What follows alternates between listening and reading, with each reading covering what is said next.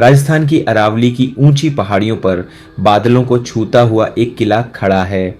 एक ऐसा दुर्ग जिसने 700 वर्षों से भी अधिक समय तक युद्ध, षड्यंत्र, वीरता और राजपूती गौरव की कहानियों को अपनी दीवारों में संजो कर रखा है।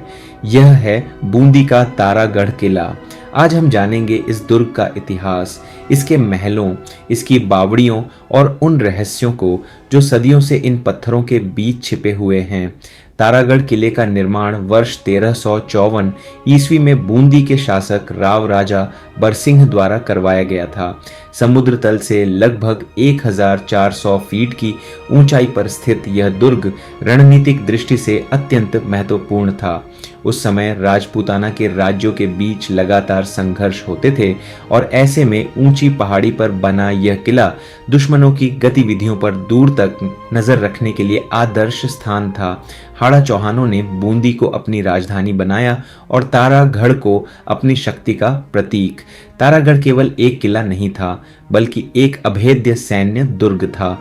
यहाँ तक पहुँचने वाला घुमावदार मार्ग इतना कठिन बनाया गया था कि दुश्मन सेना आसानी से ऊपर नहीं चढ़ सकती थी। किले के विशाल परकोटे, मजबूत बुर्ज और ऊंची दीवारें उस समय की अद्भुत सैन्य इंजीनियरिंग का उदाहरण हैं। कहा जाता है कि कई बार मुगल सेनाओं और अन्य आक्रमणकारियों ने इस किले को जीतने का प्रयास किया, लेकिन इसकी प्राकृतिक सुरक्षा और राजपूत वीरता ने इसे लंबे समय तक अजेय बनाए रखा। किले के सबसे प्रसिद्ध हिस्सों में से एक है भीम बुर्ज। यह विशाल बुर्ज इतनी बड़ी है कि यहाँ कभी भारी तोपें तैनात की जाती थीं। आज भी इसकी विशालता देखकर अंदाजा लगाया जा सकता है कि युद्ध के समय यह दुर्ग कितना शक्तिशाली रहा होगा। भीम बुर्ज से पूरे बूंदी नगर का मनोरम दृश्य दिखाई देता है। नीले घरों, संकरी गलियों और दूर तक फैली अरावली की पहाड़ियों का दृश्य मानो इतिहास को जीवंत कर देता है। राजस्थान जैसे शुष्क प्रदेश में किसी भी किले की सबसे बड़ी चुनौती होती थी पानी, लेकिन तारागढ़ इस मामले में भी अद्वितीय था। किले के भीतर कई विशाल जलाशय और टांके बनाए गए थे जो वर्षा जल को संग्रहित करते थे। इन जलाशयों की क्षमता इतनी अधिक थी कि घेराबंदी की स्थिति में भी महीनों तक सैनिकों और निवासियों को पानी की कमी नहीं होती थी।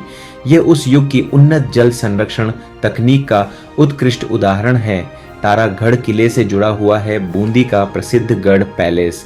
यहीं से हाड़ा राजाओं ने अपने राज्य का संचालन किया। गढ़ पैलेस के भीतर स्थित छत्र महल, फूल महल और बादल महल अपनी भव्यता और कलात्मकता के लिए प्रसिद्ध हैं। विशेष रूप से यहाँ की बूंदी शैली की चित्रकला विश्व भर में प्रसिद्ध है।